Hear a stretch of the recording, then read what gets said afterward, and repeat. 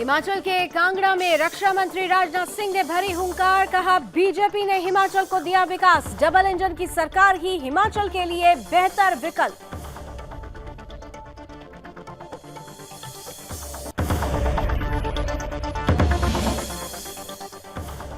दिल्ली के सीएम अरविंद केजरीवाल ने राजकोट में किया रोड शो, जनसभा को भी किया संबोधित, कहा डबल इंजन की सरकार बनेगी तो पुल टूटेगा ही।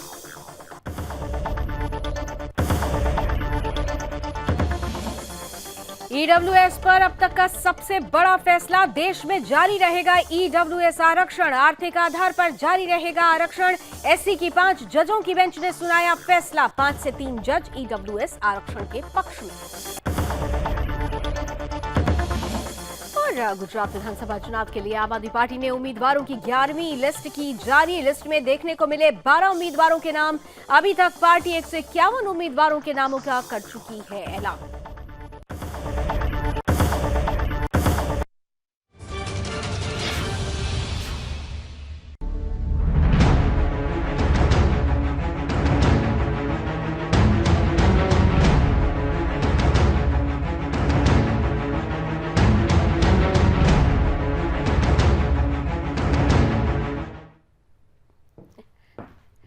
नमस्कार, सत्ता का महासंग्राम देख रहे हैं, आपके साथ मैं हूं लावनी विनीत। सत्ता का महासंग्राम दरअसल इन दिनों हिमालय के गोद में बसे हुए हिमाचल प्रदेश में जबरदस्त रंग लाता हुआ नजर आ रहा है। जहां एक तरफ रिवाज बदलने की बात हो रही है, ये कहा जा रहा है भारतीय जनता पार्टी की तरफ से कि रिवाज बदलना है, सरकार नहीं बदलना। वहीं दूसरी तरफ कांग्रेस का कहना है कि सरकार बदलना है, रिवाज नहीं बदलना है। कांग्रेस बीजेपी दोनों ही अपने दावों के साथ, अपने वायदों के साथ चुनाव की प्रचार प्रसार की कमान को धार दे चुके हैं और इस धार का आधार सीधे सीधे बनाने की कोशिश की जा रही है हिमाचल की जनता के विकास को। एक तरफ भारतीय जनता पार्टी के पास यूसीसी और डबल इंजन की सरकार है, तो दूसरी तरफ कांग्रेस के पास ओपीएस है और सीधे सीधे पुरानी जो रवायत चली आ रही है, जो रिवाज चला आ रहा है, उसे बदलने को लेकर हिमाचल के एक नए सूरज की तरफ कांग्रेस ले जाने का प्रयास कर रही है। लेकिन इन सब के बीच आम आदमी पार्टी भी ताल ठोक रही है, दम भर रही है।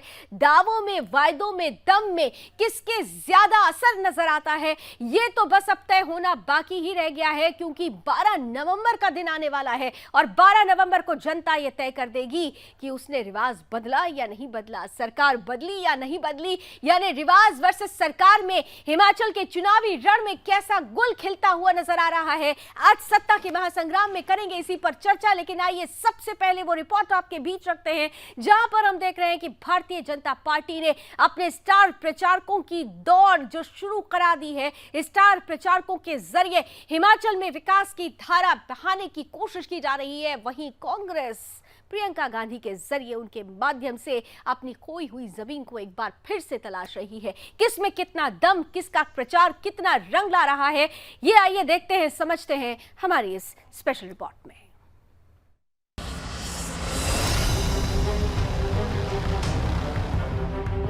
हिमाचल में कुछ ही दिनों में मतदान होने वाले हैं, मगर उससे पहले राजनीतिक दल अपने अपने हिस्से के वादे को लेकर जनता के बीच पहुंच रहे हैं। राज्य में चुनावी एकालाप अपने चरम पर पहुंच चुका है और मंचों से राजनीतिक दल एक दूसरे पर आरोप लगा रहे हैं और जीत के लिए ताल भी ठोक रहे हैं। हिमाचल का दुर्ग जीतने के लिए सत्ताधारी बीजेपी ने अपने स्टार प्रचारकों को मैदान में उतार रखा है।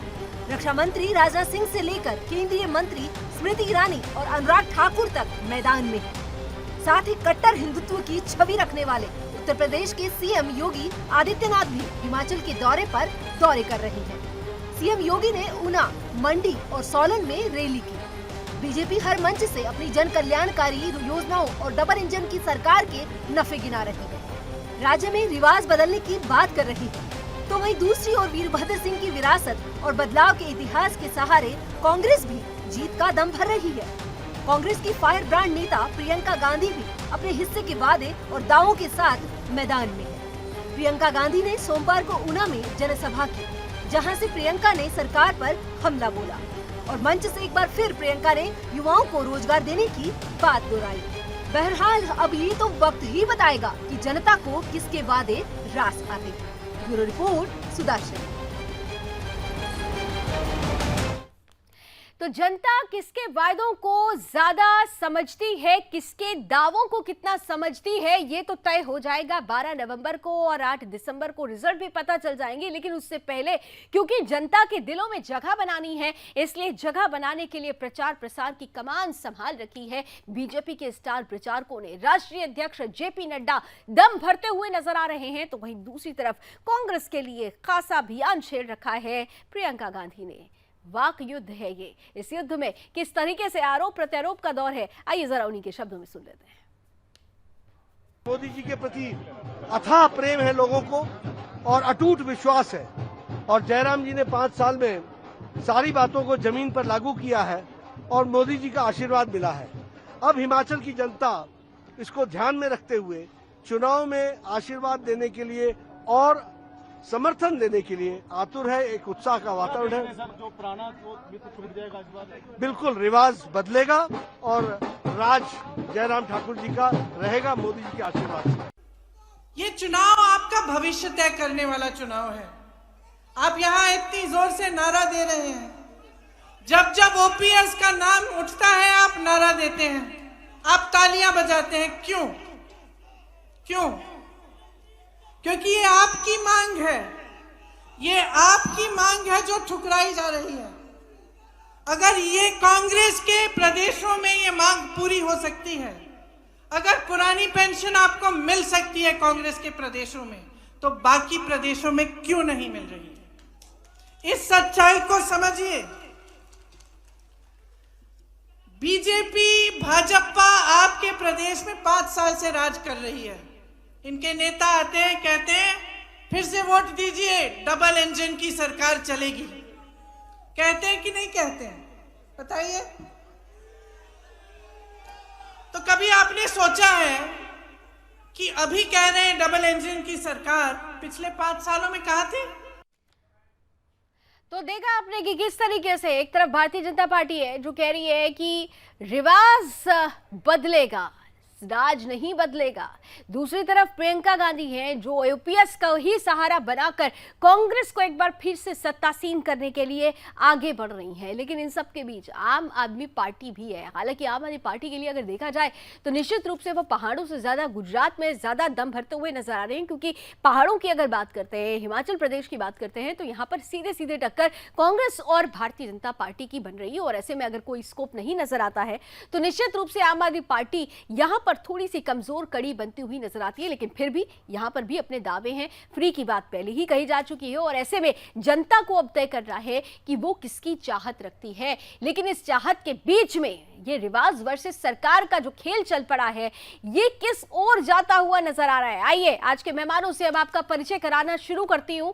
हमारे साथ अब चर्चा शुरू करेंगे। चंद और बयान हैं, धीरे धीरे कार्यक्रम के बीच में उन बयानों को आपके बीच रखते रहेंगे, क्योंकि भारतीय जनता पार्टी के तो स्टार प्रचारकों की झड़ी लगी हुई है। सीएम योगी आदित्यनाथ से लेकर रक्षा मंत्री राजनाथ सिंह भी वहां मौजूद है। उन्होंने क्या कुछ कहा ये हम आपको सुनाएंगे। लेकिन आइए पहले आज के अतिथियों से अब आपका परिचय कराती हूं। हमारे साथ इस वक्त भारतीय जनता पार्टी का पक्ष रखने के लिए जुड़ रहे हैं प्रवक्ता संजय शर्मा जी, बहुत स्वागत है। हमारे साथ कांग्रेस का पक्ष रखने के लिए जुड़ रहे हैं प्रवक्ता विजय डोगरा जी, बहुत स्वागत। आम आदमी पार्टी का पक्ष रखने के लिए हमारे साथ बलदेव राव जी जुड़ चुके हैं, बहुत बहुत स्वागत। और साथ ही साथ जाने माने पॉलिटिकल एक्सपर्ट रमेश ठाकुर जी भी आज पैनल का हिस्सा बन चुके हैं, बहुत बहुत स्वागत है। बहुत बहुत धन्यवाद आप सभी का हमारे साथ जुड़ने के लिए।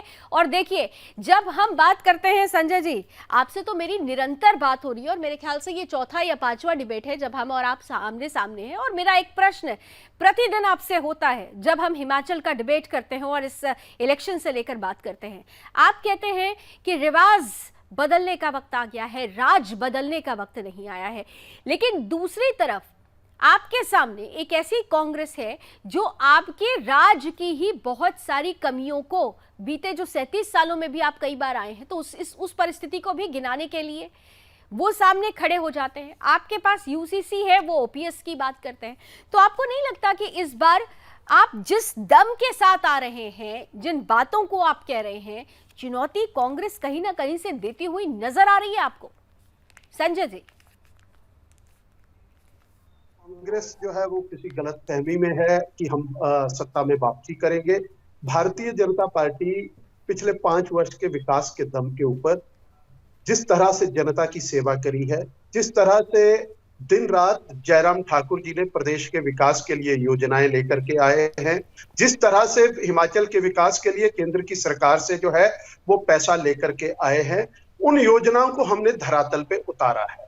5 वर्ष जो है वो हमने बैठ करके नहीं गुजारे हैं। अगर बीच में कोरोना काल भी आया है तो उसमें भी जनता की सेवा करी है, कोरोना से लोगों को बचाया है। हिमाचल के अंदर छोटा प्रदेश होने के नाते सीमित साधन थे, लेकिन फिर भी जिस तत्परता से जो है वो उस दौर को जो है वो हमने निकले हैं उस दौर से, और किस तरह से हमने वैक्सीनेशन के अंदर जो है वो पूरे देश के अंदर हिमाचल प्रदेश को नंबर 1 लेकर के आए, हिमाचल के लोगों की सेवा करी है, हिमाचल के लोगों को बीमारी से बचाया है। और क्योंकि ये हमारे वायदे के अंदर नहीं था, लेकिन अचानक आई इस आपदा के अंदर भी जो है वो भारतीय जनता पार्टी ने जिस साहस के साथ सरकार ने काम किया है वो हमारे हौसले का बढ़ाता है, वो हमें ये कॉन्फिडेंस देता है कि हम जो है वो एक बार रिवाज बदलने के लिए तैयार। देखिए, अब फिर मेरा सवाल दूसरा बड़ा महत्वपूर्ण हो जाएगा। आप कह रहे हैं कि आपको कॉन्फिडेंस दे रहा है विकास, क्योंकि आपने काम किया है। ठीक है, काम जब होता है तो कॉन्फिडेंस अपने आप आता है, लेकिन जिस तरीके से आप लोगों ने 68 विधानसभा सीटों वाले इस राज्य में स्टार प्रचारकों की झड़ी लगा दी है, आपके केंद्रीय मंत्री से लेकर राष्ट्रीय अध्यक्ष, फिर रक्षा मंत्री राजनाथ सिंह, फिर आज उत्तर प्रदेश के मुख्यमंत्री जो हिंदुत्व की छवि का सबसे बड़ा चेहरा माने जाते हैं योगी आदित्यनाथ, फिर अनुराग ठाकुर जी, सब एक लंबी फहरिस्त है। प्रधानमंत्री रैलियां कर ही रहे हैं, आपको एक लंबी चौड़ी फहरिस्त बनानी पड़ी स्टार प्रचारकों की। और दूसरी तरफ कांग्रेस है जो केवल प्रियंका गांधी को उतार रही है और पूरी दमखम के साथ वो उतार कर ये कह रही है कि हम आपको चैलेंज कर रहे हैं। तो अगर आपका काम बहुत ज्यादा लोग सेटिस्फाइड थे तो फिर आपको इतनी बड़ी लंबी श्रृंखला स्टार प्रचारकों की बनाने की आवश्यकता नहीं पड़ती। हालांकि ये पार्टी तय करती है, लेकिन फिर भी ये सवाल ये मन में आता है, ये जनता जनार्दन के बीच के मन की बात है जो मैं आपके सामने सवालों के रूप में रख रही हूँ। तो कहीं ना कहीं से कुछ तो आपको भय जरूर नजर आ रहा होगा ना कि कुछ सीट्स में कहीं कुछ कमी तो नहीं लग रही है आपको? लावनी जी, भारतीय जनता पार्टी किसी भी चुनाव को जो है वो नॉन सीरियस तरीके से नहीं लेती है। भारतीय जनता पार्टी जिस भी चुनाव के अंदर, चाहे वो बूथ लेवल से शुरू होकर के ऊपर तक का चुनाव हो, चाहे वो पंच का चुनाव है, चाहे वो पंचायत के प्रधान का चुनाव है, चाहे नगर पंचायत, नगर परिषद, नगर निगम, विधानसभा, लोकसभा, कोई भी चुनाव हो, हम गंभीरता से लेते हैं। कांग्रेस पार्टी आज की तारीख में अपनी देश के अंदर जो है वो इररेलेवेंट हो गई है राजनीति के अंदर। इनको किसी भी चीज को जो है वो ये सीरियसनेस से लेते नहीं है। लेकिन भारतीय जनता पार्टी जहां महसूस होता है, हमारे पास नेतृत्व की लंबी लाइन खड़ी है। आप 3 नाम गिना रहे थे, 4 नाम गिना रहे हैं, मैं कहता हूं समृद्धि ईरानी भी आएंगी और अगर आवश्यकता पड़ेगी हम और को भी लाएंगे, क्योंकि हमारे पास है। हमने 68 विधानसभा क्षेत्रों के अंदर एक दिन के अंदर जो है वो 68 विधानसभा के अंदर जो है वो कार्यक्रम करके बाहर के नेताओं के भी और स्थानीय नेताओं के भी। विजय जी आप सुन रहे हैं, संजय जी कह रहे हैं कि आप लोग गंभीरता से नहीं लेते क्योंकि आप तो इररिलेवेंट हो चुके हैं, अब आपको सिर्फ औपचारिकता पूरी करनी होती है और इसीलिए उनके पास स्टार प्रचारकों की फहरिस्त है। इधर आपके पास सिर्फ प्रियंका गांधी है क्योंकि राहुल जी तो भारत जोड़ो यात्रा पे निकले हुए हैं। लावनी जी, मैं एक बात ये कह दूं कि अब क्योंकि चुनावी दौर है और अंतिम 4 दिन का भी 5 दिन का शेष है चुनाव, आज हालत ऐसी होगी कि कांग्रेस रेलेवेंट है या नहीं है, इससे भारतीय जनता पार्टी को क्या लेना देना है। हमें रिवाज भी बदलना है, सरकार भी बनानी है और हिमाचल के लोगों के काम भी करने हैं।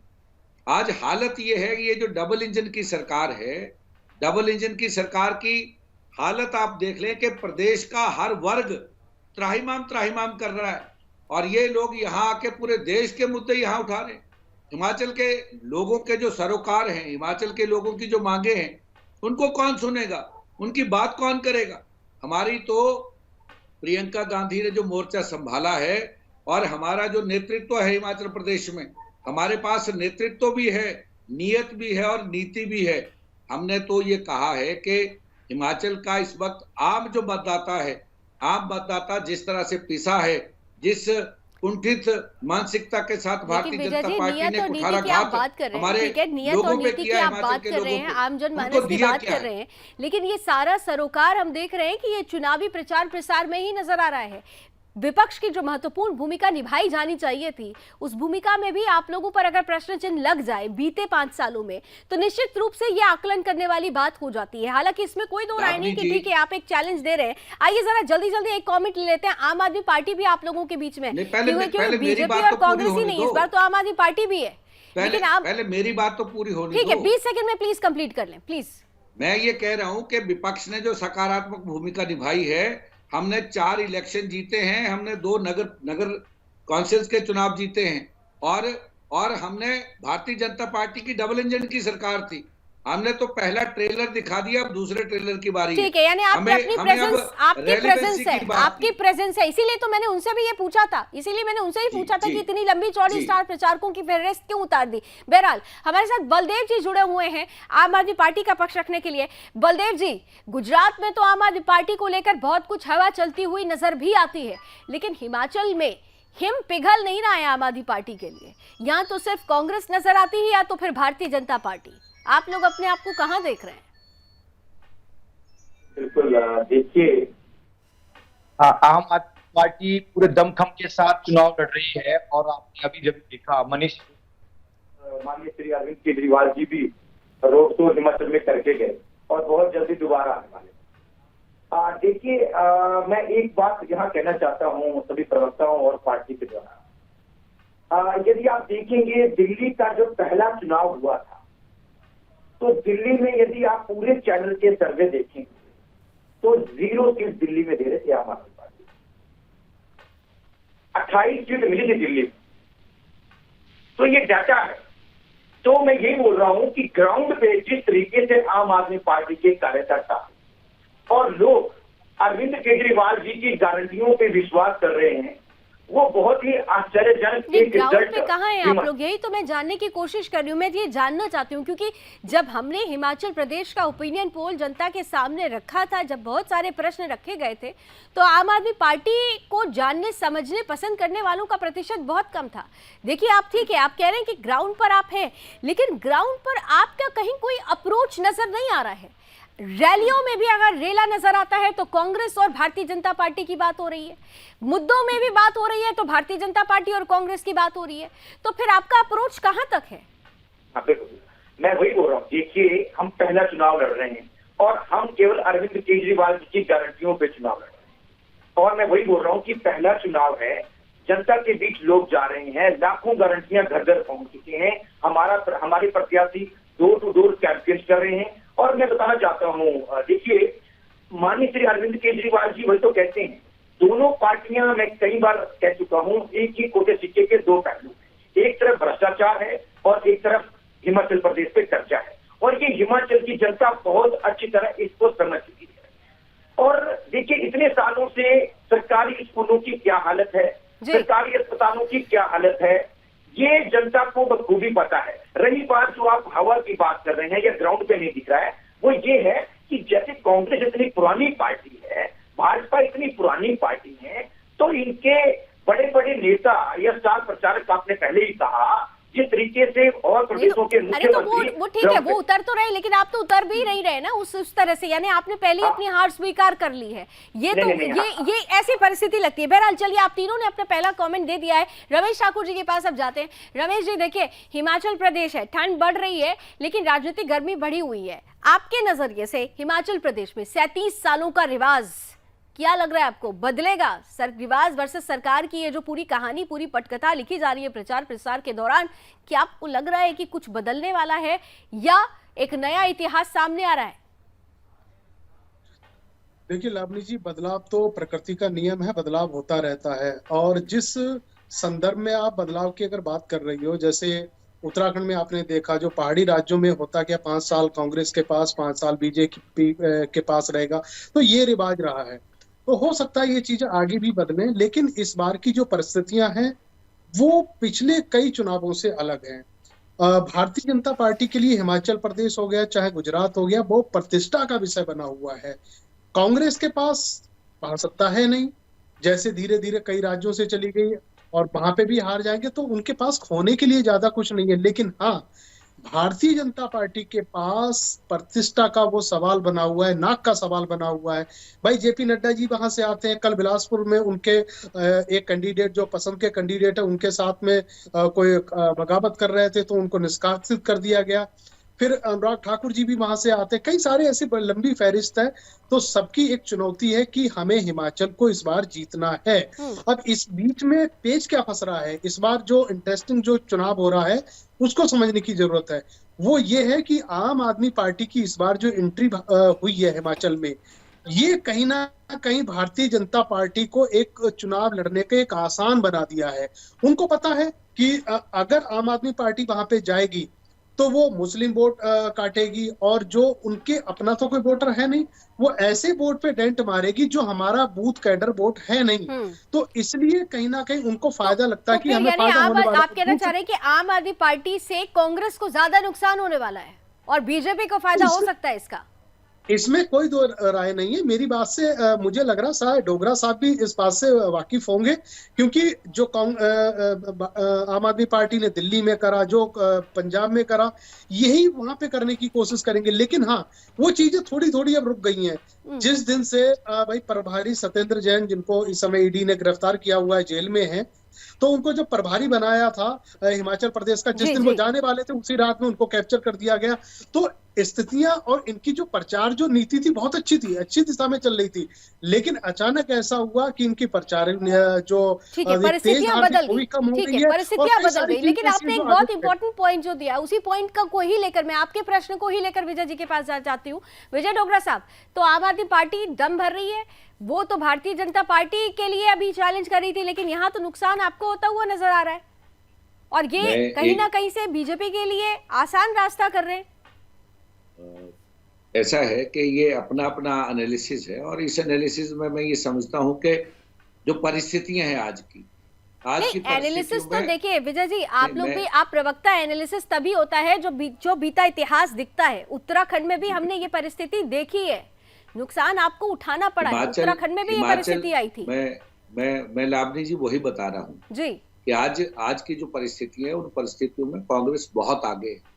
और हमें क्योंकि जो आम आदमी पार्टी है, आम आदमी पार्टी का क्योंकि इस तरह का, जिस तरह से इन्होंने टिकट वितरण किया है, उस टिकट वितरण से कांग्रेस को कोई फायदा, कोई नुकसान होने वाला नहीं है। कांग्रेस के क्योंकि बहुत से लोग जो इनके साथ जुड़े थे, जब इन्होंने उनको टिकट से निकाला तो वो लोग आज की डेट में कांग्रेस का साथ दे रहे हैं, और कांग्रेस का साथ ही नहीं दे रहे हैं। हिमाचल में कांग्रेस अच्छी बढ़त के साथ आगे बढ़ेगी, क्योंकि कांग्रेस की जो नीति है वो, सर इस बार हमारी जो नीति है, नीति बड़ी स्पष्ट है। कितनी सीट एक्सपेक्ट कर रहे हैं आप लोग इस बार? हाँ जी, कितनी सीट एक्सपेक्ट कर रहे हैं आप लोग? हम एक्सपेक्ट कर रहे हैं लावनी जी मोर देन 50, और हम 50 और 18 सीट्स का हम मोर देन 50, यानी मतलब बहुमत के आंकड़े को भी एकदम पार करते हुए। अब बताइए संजय जी, कांग्रेस उन्होंने तो सीधे कह दिया मोर देन 50, और जो बात कहने की कोशिश कर रहे थे रमेश जी, उन्होंने उसको भी नकार दिया है। जी, मैं ये बता रहा हूँ कि हम लोग जिस ताकत के साथ, संजय जी जल्दी से जरा संजय जी और विजय जी को आमने सामने लेके आइए। रमेश जी मुस्कुरा रहे हैं, रमेश जी इसके बाद आप ही के पास आती हूँ, हमने 4.5 वर्ष में जो काम किया है। कुलदीप राठौर जब हमारे अध्यक्ष थे, नेता प्रतिपक्ष मुकेश अग्निहोत्री थे, सदन के अंदर और सदन के बाहर जो हमने इनकी नाकामियों की जो लड़ाई हमने लड़ी है, उससे प्रदेश के लोगों में जो ताकत आई है, उस ताकत से हम लोग। ठीक है संजय जी, जल्दी से जवाब दीजिए। मोर देन 50 का उन्होंने दावा ठोक दिया, नेशनल चैनल पर सामने आकर वो बोल रहे हैं मोर देन 50। आपके तो सपनों को उन्होंने पानी में फेर दिया एकदम। लावनी जी, जब 8 दिसंबर को इस चुनाव का रिजल्ट आएगा, संजय जी की आवाज थोड़ी बढ़ाइए। मुझे नहीं लगता कि 8 दिसंबर को जब रिजल्ट आएगा तो शायद ही कांग्रेस का कोई प्रवक्ता जो है इस प्रश्न का उत्तर देने के लिए आपकी बहस में जुड़ेगा। भारतीय जनता पार्टी अपने काम के दम के ऊपर जो है वो इस चुनाव के अंदर आप कितना एक्सपेक्ट कर रहे हैं? चलिए आप बता दीजिए। उन्होंने तो बता दिया मोर देन 50, उन्होंने तो बोला। आप लोग कितने एक्सपेक्ट कर रहे हैं? हम 2/3 मेजोरिटी के साथ आ रहे हैं। नहीं, कुछ तो एक्सपेक्ट, 2/3 मेजोरिटी तो ठीक है, वो तो नंबर्स पे थोड़ा उन्होंने भी अपना ग्राउंड पर कुछ ना कुछ काम तो किया होगा ना। आप 2/3 की बात करें, लेकिन फिर भी कोई एक्सपेक्टेशन नंबर्स से अगर मैं समझना चाहूँ तो? देखिए, राजनीतिक पार्टी जब चुनाव के अंदर आती है 68 सीटें हैं, हमने 68 के उम्मीदवार दिए हैं और हमारा प्रयास रहता है, किसी भी पॉलिटिकल पार्टी का प्रयास रहता है कि 68 की 68 हम जीते। सब सीटों के ऊपर उम्मीदवार दिए हैं। कौन उम्मीदवार सोचता है कि मैं हार जाऊंगा, या कौन सी पार्टी चाहती है कि उसका कैंडिडेट हार जाए? लेकिन हमें पूर्ण विश्वास है कि हम लगभग ठीक है, आपको विश्वास है, लेकिन आप नंबर्स नहीं बता पाए। यानी कहीं ना कहीं से देखिए संशय यानी आपको कहीं ना कहीं से कंपटीशन दे रही है कांग्रेस, आपको कंपटीशन दे रही है। आइए जरा राजनाथ सिंह जी भी आज पहुंचे हुए थे, क्योंकि प्रचार उनकी तरफ से भी किया गया है। उन्होंने क्या कुछ कहा है, आइए जल्दी से सुन लेते हैं, फिर रमेश जी आपके पास आती हूँ, क्योंकि आपने दोनों ही पॉलिटिकल बॉडीज को सुन लिया। हालांकि बयान के बाद जरा बलदेव जी से भी पूछ लूंगी कि वो कितना एक्सपेक्ट कर रहे हैं, फिर रमेश जी के पास जाते हैं। लेकिन राजनाथ सिंह साहब क्या कुछ कहते हैं जब वहां पहुंचते हैं? गलवान का जिक्र होता है, पीओके भी इस बार आ चुका है चुनावी दौर में, क्या कुछ उनका कहना था, ये जरा जल्दी से सुनते हैं। कांग्रेस अब एक ऐसा जहाज है जिसका तेल अब खत्म हो चुका है। अब कोई पायलट आ जाए, उड़ान भरना तो दूर, रनवे पर भी वह नहीं दौड़ पाएगा। और कांग्रेस के संबंध में जितना भी कहा जाए वो कम है। यदि मुझे क्रिकेट की भाषा में कहना हो, मैं तो दोस्तों में कहूंगा, यहां राजनीति की पिच पर, आप लोग क्रिकेट तो जानते हैं ना खूब अच्छी तरह, जानते हैं कि नहीं? जहां राजनीति की पिच पर गुड लेंथ बॉल डिलीवरी यह बीजेपी बन चुकी है, वहीं पर कांग्रेस एक वाइड बॉल बन चुकी है।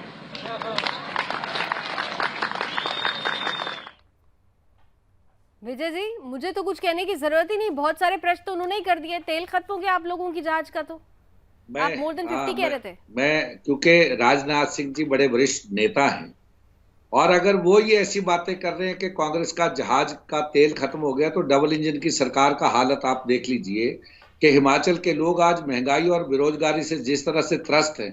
लावनी जी, मैं समझता हूं कि अब ये बौखलाहट सिर्फ वो है कि जो राहुल गांधी जी भारत जोड़ो यात्रा जो कर रहे हैं, उस भारत जोड़ो यात्रा में जिस तरह का जन सैलाब उनके साथ चल रहा है, भारत छोड़ो यात्रा की ज्यादातर तो इस बार हो रहा है कि राहुल जी नजर आ रहे, नहीं तो कई बार तो छुट्टियों पे चले जाते हैं ऐसे मेन मौकों पर। आपकी भी देखिए थोड़ी जुबान फिसल गई, लेकिन चलिए ठीक है, मैं समझ गई आपकी बात। 20 सेकंड तो दे सकती हैं आप। हाँ दीजिए सर, जल्दी से 10 सेकंड आप 20 सेकंड तो दे सकते हैं प्लीज, जल्दी से सर। मैं ये कह रहा हूं कि भारत जोड़ो यात्रा में जिस तरह का जन सैलाब उमड़ा है, आज भारतीय जनता पार्टी पूरे हिंदुस्तान में बैकफुट पे है। और भारतीय जनता पार्टी ये समझ चुकी है कि हिमाचल प्रदेश में भारतीय जनता कांग्रेस पार्टी सरकार नंबर्स इन्होंने अपने को मोर देन 50 दे दिया, वो 2/3 कह रहे हैं। एक सेकंड बलदेव जी, कितना दे रहे हैं अपने आप को, क्या एक्सपेक्टेशन है आपको सीट्स की अगर बात की जाए, क्योंकि आप तो पहली बार चुनाव लड़ रहे हैं ना, फिर भी कुछ एक्सपेक्टेशन होगी? मैं देखिए फिक्र में नहीं, मैं ये बताना चाहता हूँ, हिमाचल प्रदेश में इस बार भाजपा और कांग्रेस का पहले से वोट परसेंटेज गिरेगा और आम आदमी पार्टी बहुत ही अचंभित और आश्चर्यचकित। फिर भी क्या एक्सपेक्टेशन है आप लोगों को, क्या एक्सपेक्टेशन है? मेजोरिटी में हम आएंगे, मेजोरिटी में आप आएंगे। रमेश जी, अब आप क्या, आपने सुना सभी को, दावे भी है नंबर्स भी हैं। यहाँ तो कांग्रेस इतनी कॉन्फिडेंट है कि उन्होंने नंबर्स में ही बात कर ली। और मैं केवल इस मंच की बात नहीं कर रही हूँ, इसके पहले भी कांग्रेस के प्रवक्ता हिमाचल प्रदेश के मुद्दों पर जुड़ते रहे, तो वो नंबर्स की बात करते हैं, लेकिन भारतीय जनता पार्टी नंबर्स नहीं बता पाती। जीत का दम जरूर है, लेकिन नंबर्स नहीं बता पा रही है। देखिए लावनी जी, आम आदमी पार्टी तो सितंबर के शुरुआत में एक इन्होंने सर्वे पेश करा था, उसमें इन्होंने अपने आप में ही एक सरकार बना ली थी। वो 42 या 43 वहां पे दिखा रहे थे कि हमारे इतने सीटें वहां पे आ रही है, और वो सही बात है। मुझे लग रहा है दूसरी कांग्रेस और भाजपा दोनों को आम आदमी पार्टी से एक चीज सीखनी चाहिए, क्योंकि इनका जो कॉन्फिडेंस है वो हमेशा ऊपर रहता है। अब चाहे पूरे हिंदुस्तान में पार्लियामेंट में आपको क्या लगता है कि क्या इस बार भारतीय जनता पार्टी के सामने कुछ चैलेंजेस है? जी आपको लग रहा है कि भारतीय जनता पार्टी के सामने चैलेंजेस हैं? नहीं, चैलेंजेस क्यों नहीं है, चैलेंजेस हैं, बहुत अच्छे खासे चैलेंज हैं। आप कांग्रेस को भी अंडरएस्टिमेट करके नहीं चल सकते हो, क्योंकि कांग्रेस की जो स्थिति है वो इतनी खराब नहीं है। अब जिस तरीके से जो प्रियंका जी घूम रही हैं, उनकी रैलियां देखो, उनसे लोग कैसे जुड़ रहे हैं, उसके बाद में भारत जोड़ो यात्रा जो राहुल गांधी निकाल रहे हैं, उनकी एक सिंपैथी आ रही है। और सबसे बड़ी बात ये है कांग्रेस के साथ में, अच्छा, चुनावी औजार किसका महत्वपूर्ण है, यूसीसी वालों का या ओपीएस वालों का? क्योंकि एक तरफ देखिए ना, एक तरफ यूसीसी है, दूसरी तरफ ओपीएस है। देखिए, ये जो कांग्रेस ने जो मुद्दा उठाया, मुझे लग रहा है उठाने में बहुत देर करती, क्योंकि ये कुछ समय पहले से अगर पुरानी पेंशन का मुद्दा उठा लेते तो मुझे लग रहा है फायदा होता। और सबसे बड़ी बात है लावनी जी, इस बार ना आप थोड़े से मतदाताओं का जो आंकड़ा है उस पे थोड़ा सा फोकस करके इनको चलना पड़ेगा। इस बार महिला पुरुष दोनों बराबर है भाई, 55-56 लाख इस बार का वोटर है और महिला पुरुष में दोनों का ज्यादा को नुकसान नहीं है। मैनिफेस्टो में दोनों ने ही महिलाओं को तरजीह दी है, दोनों ने ही महिलाओं को तरजीह दी है, लेकिन महिलाएं जितनी भी हैं लावनी जी, महिलाएं जितनी भी हैं उनका रुझान कांग्रेस की तरफ है। ये बात बिल्कुल कोई डिनाई इस बार नहीं कर रहा है। संजय जी, तो आपके लिए तो फिर खतरे की घंटी हो गई है, क्योंकि अगर वो एनालिस्ट हैं और एनालिसिस ऐसा कर रहे हैं कि महिलाओं का रुझान है कांग्रेस की तरफ, तब तो फिर मुश्किलें आपके लिए। जल्दी से कमेंट दे दीजिए। देखिए, इनका व्यक्तिगत आकलन हो सकता है। हम फील्ड के अंदर काम करते हैं, हमने महिला सशक्तिकरण के ऊपर काम करते भी रहे हैं। हमारी 11 जो है वो 11 संकल्प जो है, कल के हमारे संकल्प के अंदर पहली 11 प्राथमिकताएं जो है वो हम महिला सशक्तिकरण के लिए लेकर समय की कुछ सीमाएं हैं, डिबेट को हम यहाँ खत्म करेंगे, लेकिन आप लोगों के मुद्दे जो आज अधूरे रह गए हैं हम कल फिर मिलेंगे। हिमाचल प्रदेश का, क्योंकि यहाँ की जो रंगत है, कहते हैं सेब के लिए बड़ा प्रसिद्ध है, लेकिन सेब व्यवसायी थोड़ा नाराज चल रहे थे। आप लोगों ने सभी ने मनाने की कोशिश की है, लेकिन सेब व्यवसायी उस मिठास को क्या आप लोगों को दे पाएंगे, ये भी बड़ा दिलचस्प होगा। हिमाचल का चुनाव बहुत दिलचस्प है, इसलिए आप लोगों से मुलाकात होती रहेगी। रमेश जी से भी अब उम्मीद करती हूँ कि जल्दी जल्दी मुलाकात होगी। और रमेश जी, जिन मुद्दों पे आज हम बात कर रहे थे, यूसीसी का भी एक बड़ा महत्वपूर्ण मुद्दा है, बीजेपी हिंदुत्व के कार्ड को लेकर एक बार फिर से वापस आ चुकी है। हिमाचल प्रदेश की जनता के मन में क्या चल सकता है, क्या चल रहा है, इस पर उथल पुथल अब भी मन में बनी हुई है। बहरहाल, आज जो आप लोगों ने बातें रखी, उन्हीं बातों को कल फिर से एक बार आगे बढ़ाएंगे। आज के लिए बहुत बहुत धन्यवाद, आप सभी हमारे साथ जुड़े। तो सरकार वर्सेस रिवाज, यानी हिमाचल प्रदेश में एक तरफ भारतीय जनता पार्टी है जो ये कह रही है कि रिवाज बदल जाएगा, राज नहीं बदलेगा, लेकिन दूसरी तरफ कांग्रेस है जो ये कह रही है कि 37 साल पुराना रिवाज नहीं बदलने वाला, और इसीलिए काफी कॉन्फिडेंट नजर आ रहे हैं। आपने खुद आज देख लिया कि प्रवक्ता कहते हैं कि मोर देन 50 लेकर आ रहे हैं, लेकिन क्या इसका कोई असर है? और आम आदमी पार्टी क्या वाकई जो मैसेज लेकर पहुंची हुई है हिमाचल प्रदेश, क्या हिमाचल की जनता में वो मैसेज पहुंच चुका है? ये तमाम सवाल हैं, सवालों के जवाब 12 नवंबर को बंद हो जाएंगे और खुलेंगे 8 दिसंबर को, लेकिन उससे पहले रोचक तस्वीरें जरूर आती रहेगी। प्रचार की तीव्र धारा भी रहती रहेगी, तीक्ष्ण बयानबाजी भी होगी, आरोप प्रत्यारोप भी होंगे, और इस दौरान हमारा डिबेट भी जारी रहेगा। तो 6 बजे हर रोज सत्ता का महासंग्राम, यूं ही जुड़ते रहिए, देखते रहिए। आज बस इतना ही। देश और दुनिया की तमाम खबरों के लिए आप जुड़े रहिए सुदर्शन न्यूज के साथ। जय हिंद।